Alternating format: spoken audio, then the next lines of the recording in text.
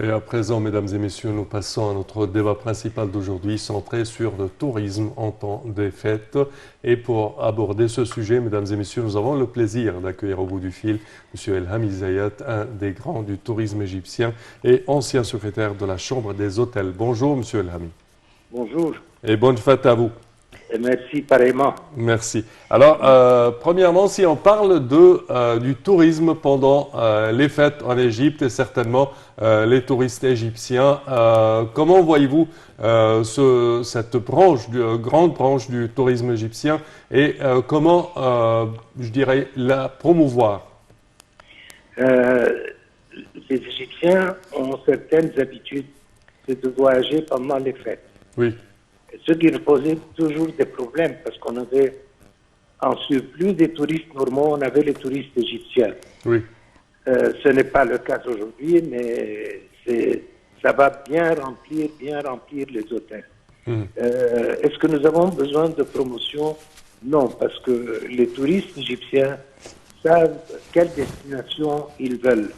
C'est-à-dire, si vous êtes proche des parents à Alexandrie, vous irez à Alexandrie. Si vous aimez Hurghada, vous irez à Hurghada. C'est difficile de vous faire changer d'avis. Très, très peu. Donc, la promotion sert si il y a des comités d'entreprise, par exemple, la Banque nationale égyptienne fait une promotion pour ses employés. Ça, c'est autre chose. On peut faire des promotions pour ça. Autrement, pour les individuels et les familles, il n'y a pas besoin de promotion. Donc ça, c'est une chose. Il y aura, cette saison sera particulièrement chargée parce que nous commençons à avoir des touristes de l'étranger. Oublions pour le moment les Russes et les Ukrainiens.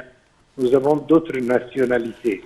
C'est pas la même densité, mais il y a un certain nombre très important de touristes en Égypte actuellement. Il y a les Anglais, il y a les Allemands, il y a les Tchèques, il y a les Polonais. Donc, il y a beaucoup d'autres nationalités qui viennent. C'est vrai que ça ne remplit pas autant que les Russes et les Ukrainiens, mais ça donne un taux d'occupation assez important. Si on y ajoute les Égyptiens qui vont voyager, ça va faire beaucoup. Et maintenant, ce qui est bien, c'est que les Égyptiens ne voyagent pas uniquement à Hurghada, à Sharm, à Alexandrie et Marsa Alam. Les Égyptiens vont à Luxor et à Aswan. Il y a maintenant un nouveau trending. Les Égyptiens veulent aller voir l'Égypte. C'est très différent. On n'a pas encore fait la promotion de Migne. Et, pour toutes les raisons. Cataracte, vous savez la raison, il y avait un film il y a quelques années qui a parlé du cataracte.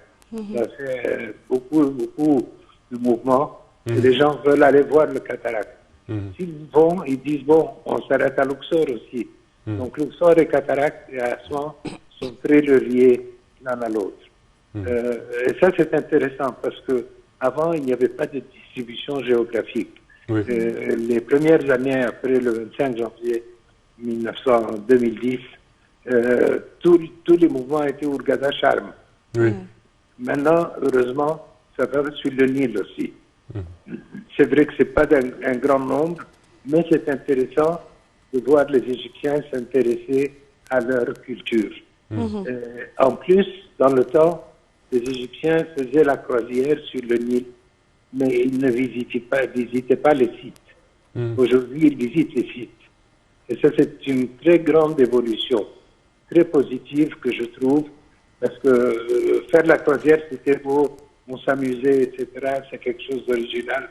Mais maintenant, ils descendent, ils visitent les sites intéressants, soit à Luxor, soit à Derdara, soit partout. C'est-à-dire, ça, je trouve ça formidable. Le seul qui est un peu moins, c'est les croisières entre Aswan et Abu Simbel. Elles existent, il y a assez de nombre, mais il n'y a pas, il y a deux bateaux qui font ça seulement.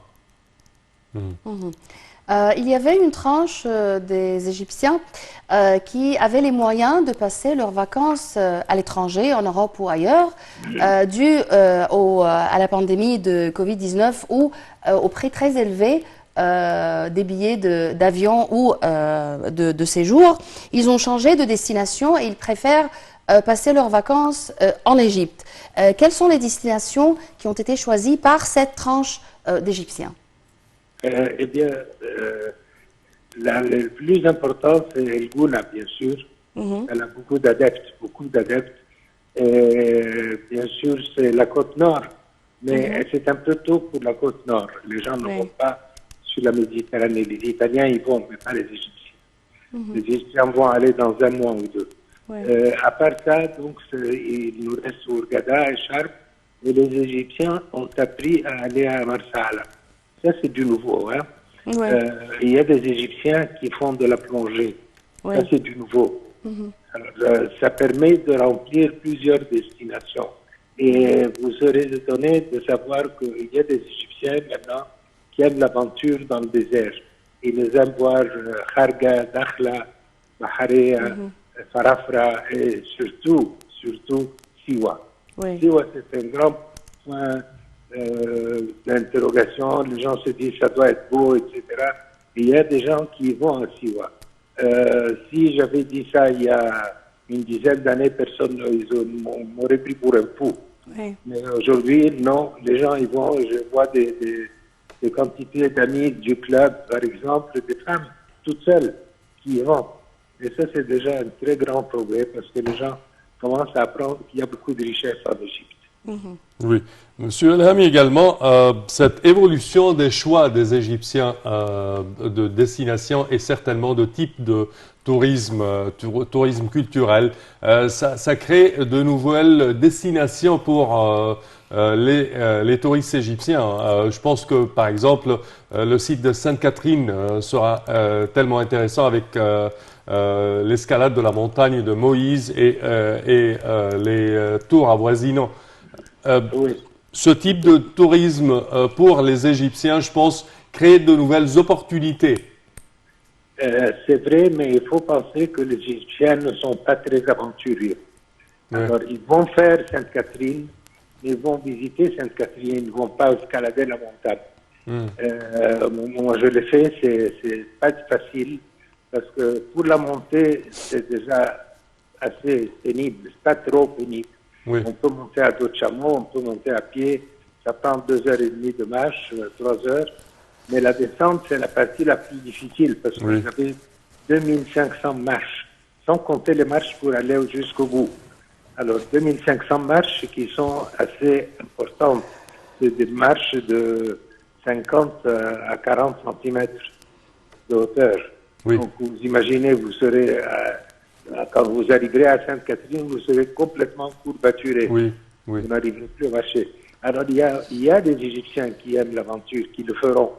Mais je n'en vois pas beaucoup pour le moment. Il y a des gens qui le font par religion, c'est-à-dire, dans le temps, j'amenais beaucoup de prêtres et des croyants, des catholiques, des orthodoxes. J'ai amené plusieurs personnes d'Italie.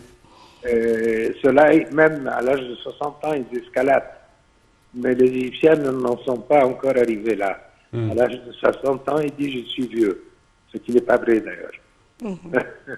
Parfait. Au terme de cette édition, M. Elhami Zayat, nous tenons à vous remercier énormément de vos explications. Merci à vous. Je répète que vous êtes ancien secrétaire de la Chambre des hôtels et un des gourous du tourisme égyptien. Merci à vous. Chers téléspectateurs, au terme de cette édition, je tiens à vous remercier d'avoir été des nôtres. Je tiens également à remercier ma collègue Yara. Merci Semeh, merci mesdames et messieurs. À la prochaine et bonne fête.